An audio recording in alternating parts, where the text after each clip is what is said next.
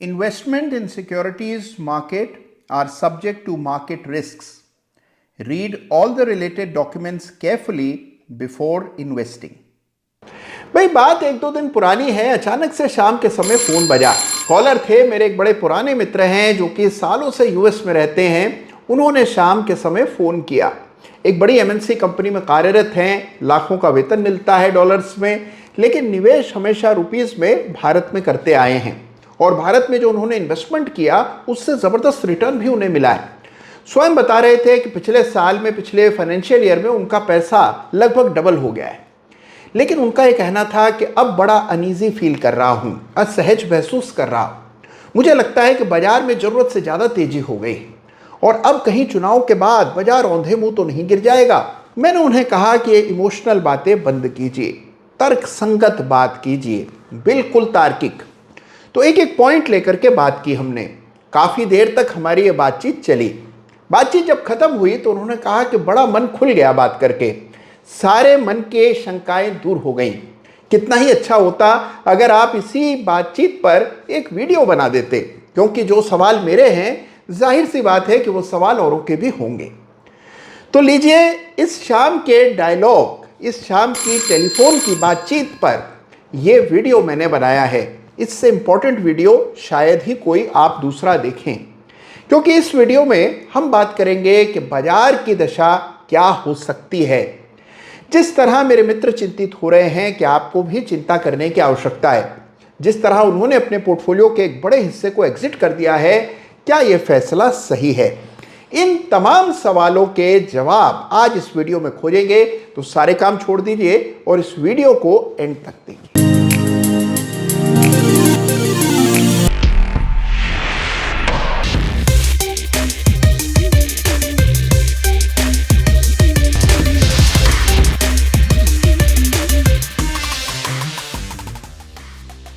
नमस्कार, जय श्री राम। आप सभी को रामनवमी की मेरी ओर से अनेकों ढेरों शुभकामनाएं। तो देखिए, जैसा मैं अभी आपको बता रहा था कि एक लंबा संवाद मैंने फोन पर किया।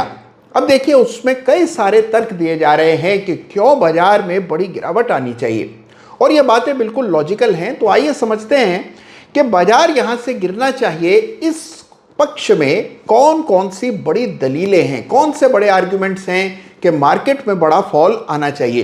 फिर बात करेंगे कि कौन से आर्ग्यूमेंट्स हैं कि बाजार में फॉल नहीं आना चाहिए, और फिर किसी निष्कर्ष पर पहुंचेंगे। तो पहले प्रोज एंड कॉन्स दोनों जान लेते हैं। आइए सबसे पहले बात करते हैं कि क्या वजह है कि बाजार में बड़ी गिरावट आनी चाहिए। भाई देखिए, पहली दलील तो जाहिर सी बात है, जो हाल में ये जो संकट गल्फ में हो गया है, यानी कि इजराइल और ईरान के बीच में ये जो तनाजा चल रहा है, ये सबसे साफ और सीधा कारण है जिससे लोगों को लगता है कि बाजार में बड़ी गिरावट आनी चाहिए।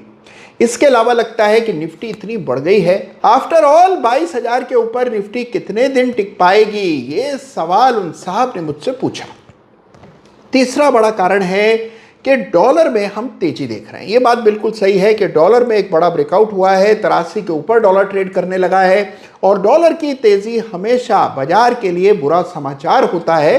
तो अगर डॉलर इसी तरह से तेज होता रहा, डॉलर इंडेक्स बढ़ता रहा, तो उसका भी एक नेगेटिव इम्पैक्ट आपको ग्लोबल इक्विटीज पर और विशेष रूप से इमर्जिंग मार्केट्स पर देखने को मिलेगा। ये एक बड़ा सही तर्क है। चौथी बात ये कि सोने की कीमतों में हमने अप्रत्याशित तेजी देखी है। इस बात की चर्चा कुछ दिन पहले भी एक वीडियो के जरिए हमने की थी, और उस समय तक तो सोने की बातचीत भी इतनी नहीं हो रही थी। लेकिन गोल्ड के प्राइसेस में जो आकस्मिक तेजी देखने को मिल रही है, कहीं इस बात की ओर इशारा तो नहीं कर रही है कि एक बड़ा संकट, कोई एक बड़ा वैश्विक जियोपॉलिटिकल संकट आने वाला है। तो गोल्ड प्राइसेस को लेकर के भी लोग असहज हो रहे हैं। यह है चौथी बड़ी वजह कि बाजार में गिरावट आनी चाहिए। फिर देखिए, एफआईआईज तो लगातार बेचने पर आमादा हैं, लगातार वो माल बेच रहे हैं, और उनकी बिकवाली के चलते कितने समय तक हमारे घरेलू निवेशक बाजार को संभाल सकेंगे, ये भी एक बड़ा सवाल है। फिर एक तर्क है कि भाई देखिए, चुनाव सामने है, और चुनाव चाहे आप कितना भी कह लें कि भाई चुनाव के परिणाम तो लगभग तय हैं, लेकिन फिर भी कहीं ना कहीं अनिश्चितता बनी रहती है। तो इलेक्शन के रिजल्ट्स को लेकर जो अनसर्टेनिटी है, क्या बाजार उसे नज़रअंदाज कर रहा है? अगर बाजार को अचानक से उस अनसर्टेनिटी की फिक्र होने लगी तो बाजार कितना गिरेगा, ये एक बड़ा सवाल है। और उसके अलावा इंटरेस्ट रेट्स यानी कि ब्याज की दरें, भाई देखिए ब्याज की दरें गले की फांस बनी हुई है यूएस इकोनॉमी की। वहां पर चुनावी साल है, अगर ब्याज की दरें यूएस में न घटी या काफ़ी देर बाद घटी तो उसका भी एक बड़ा नेगेटिव इम्पैक्ट ग्लोबल इकोनॉमी पर पड़ेगा, क्योंकि सारे बाजार मान करके चल रहे हैं कि बस अब फेड बहुत जल्द इंटरेस्ट रेट्स में कट करने वाला है। और यदि ऐसा किसी वजह से नहीं होता या ये बात टल जाती है तो इसका भी बड़ा नकारात्मक प्रभाव बाजारों पर पड़ेगा। तो यह सारे तर्क जिनके आधार पर लगता है कि बाजार में बड़ी गिरावट आ सकती है। और फिर सबसे बड़ी बात यह है कि अरसे से एक बड़ा साइजेबल करेक्शन देखने को भी नहीं मिला है। बाजार लगभग एक तरफा धीमी गति से लेकिन लगातार नए कीर्तिमान बनाता हुआ नए हाइज बना रहा है। तो ऐसे में कहीं ऐसा तो नहीं होगा कि रातों रात कोई घटना घटेगी और तेजी से बाजार एक तरफा गिरने लगेगा, लोगों को निकलने का मौका ही नहीं मिलेगा और देखते ही देखते निफ्टी काफी हजार पॉइंट नीचे आ जाएगी। इस तरह का भय लोगों के मन में है और उसके लिए ये तर्क दिए जा रहे हैं।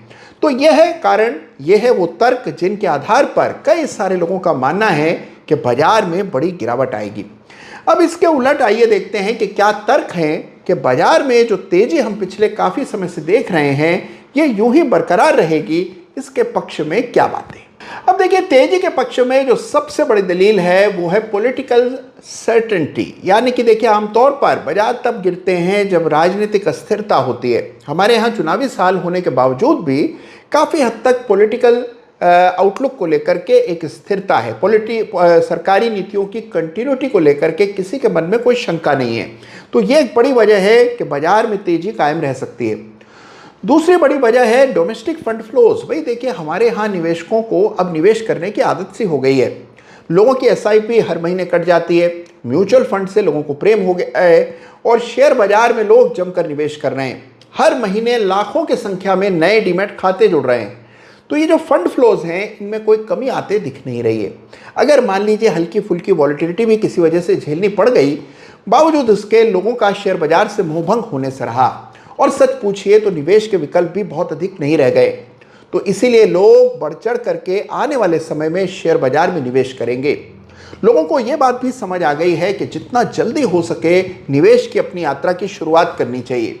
और इसी वजह से बहुत सारे ऐसे नए यंग लोग हैं जो कि आमतौर पर शेयर बाजार की तरफ शायद देखते नहीं, लेकिन इस जनरेशन के युवा निवेशक भी बाजार में बढ़ चढ़ कर हिस्सा ले रहे हैं और अपनी आमदनी का बड़ा हिस्सा बाजार में चैनलाइज कर रहे हैं। तो ये जो डोमेस्टिक फंड फ्लोज हैं आप देख ही रहे हैं कि हर महीने हजारों करोड़ों रुपए की एसआईपी होती है और वो संख्या भी निरंतर बढ़ रही है।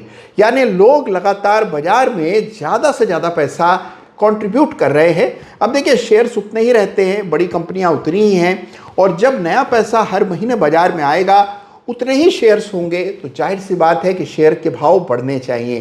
तो बाजार में तेजी की एक बड़ी वजह डोमेस्टिक फंड फ्लोज हैं जो कि एफआईआई से टक्कर लेते हुए बाजार में नजर आ रहे हैं। अच्छा अब देखिए बढ़त की एक और वजह है कि लोगों के मन में एक रिस्क अवर्जन है और आमतौर पर बहुत सारे ऐसे निवेशक हैं जो वेट कर रहे हैं कि कब ये चुनाव समाप्त हो, इसको लेकर के अनिश्चितता समाप्त हो और फिर वो अपना बड़ा पैसा डालें।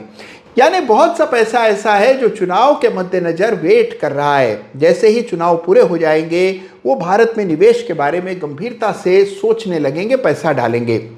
तो चुनाव के बाद भी नए पैसे की आमद लगी रहेगी और विदेशों से भी बहुत सा पैसा भारत में आ सकता है। यानी फंड फ्लोज की कोई कमी नहीं रहेगी, डोमेस्टिक और ग्लोबल फंड फ्लोज भारत की तरफ आते रहेंगे।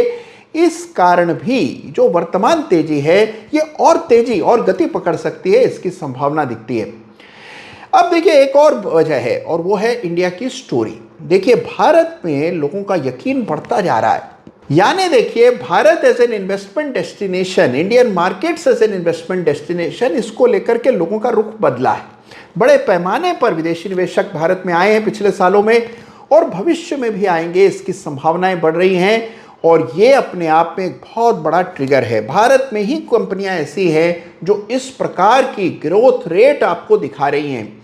यूरोप की कंपनियों से मुकाबला करें या यूएस की कंपनियों से मुकाबला करें तो आप देखते हैं कि इतने बड़े पैमाने पर कोई ऐसी क्रांति नहीं हो रही है जो कि भारत में आपको देखने को मिलती है। माइक्रो कैप्स स्मॉल कैप्स बन रहे हैं, स्मॉल कैप्स मिड कैप्स बन रहे हैं और नैनो कैप्स माइक्रो कैप्स बन रहे हैं। नई कंपनियां रोजाना लिस्ट हो रही हैं और वो भी कंपनियां अच्छी हैं। तो इससे सिद्ध होता है कि भारत के बाजार में जिस प्रकार से ग्रोथ है वो शायद ही दुनिया के किसी और बाजार में हो। तो ये एक बड़ी वजह है कि भारत में जो ट्रेंड चल रहा है ये शायद कुछ और वक्त तक चले। लेकिन इन सारी वजहों से बड़ी वजह है ट्रेंड। जी हाँ, ट्रेंड इज योर फ्रेंड और मैं तो ये कहूँगा कि ट्रेंड इज गॉड। देखिए ट्रेंड क्या है?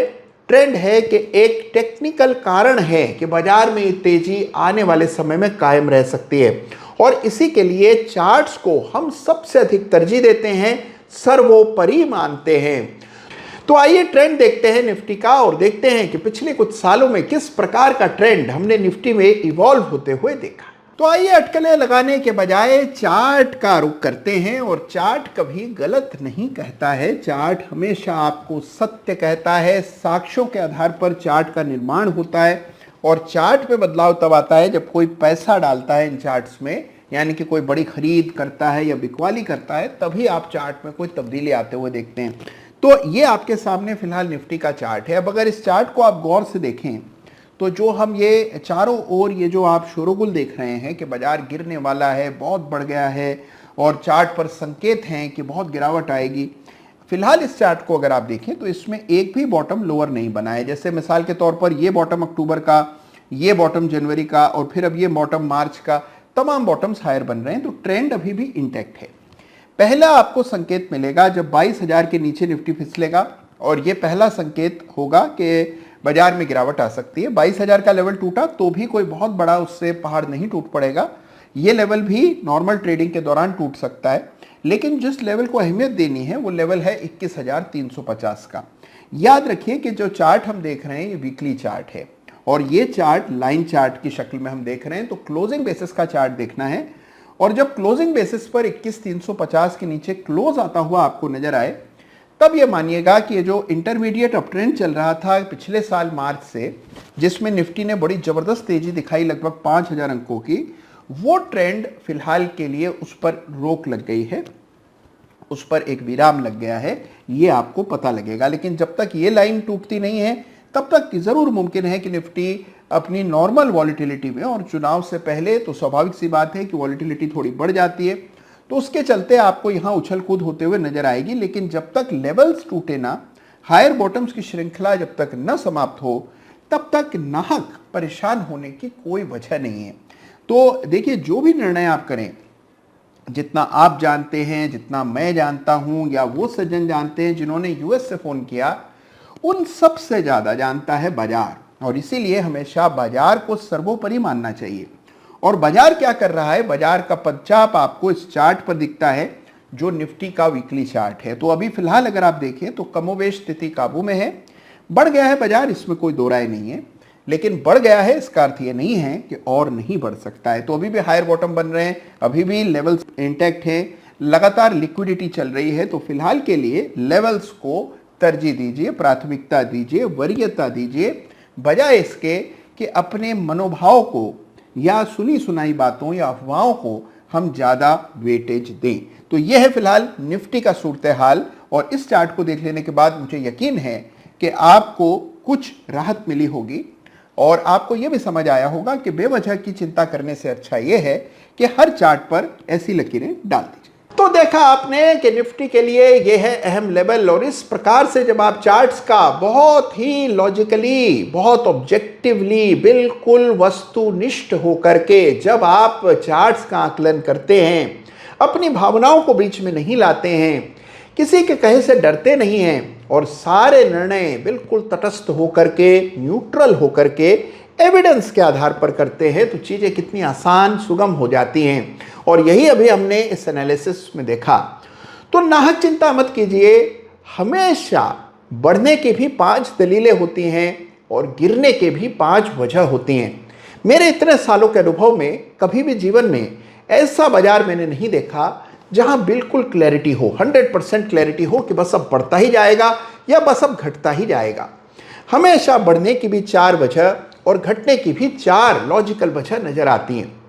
इन्वेस्टर को हमेशा इन सारी वजहों का ध्यान में रख करके एक फैसला करना होता है कि उसकी समझ में, उसके विवेक से क्या होने की संभावनाएं ज़्यादा है।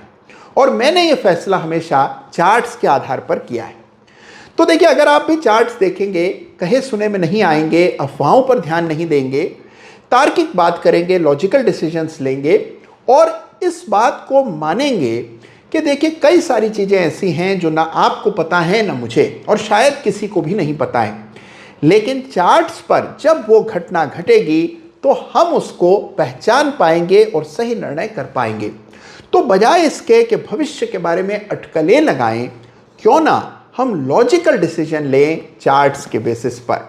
बिल्कुल यही सलाह मैंने अपने यूएस में रह रहे दोस्त को भी दी थी और बिल्कुल यही सलाह आप सभी के लिए भी है। तो देखिए, यह है इस सप्ताह का बड़ा इंपॉर्टेंट सवाल, जिसका जवाब आपको उम्मीद है कुछ हद तक इस वीडियो से मिला होगा। चिंता मत कीजिए, निर्णय कीजिए, लेकिन चार्ट्स के बेसिस पर। ख्याल रखिएगा अपना, चार्ट्स देखते रहिएगा। और इन सभी बातचीत में अगर आपका भी कोई विचार है, कोई टीका टिप्पणी है, या मान लीजिए कोई एक ऐसा पॉइंट है जिसको डिस्कस करना मैं भूल गया, जिसकी वजह से ये पलड़ा पूरी तरह से उलट सकता है, तो मेरे से ये बांटना मत भूलिएगा। कमेंट लिखिएगा और आज का वीडियो कैसा लगा ये भी ज़रूर बताइएगा। अपना ख्याल रखिएगा। धन्यवाद आपका। जय हिंद, जय भारत।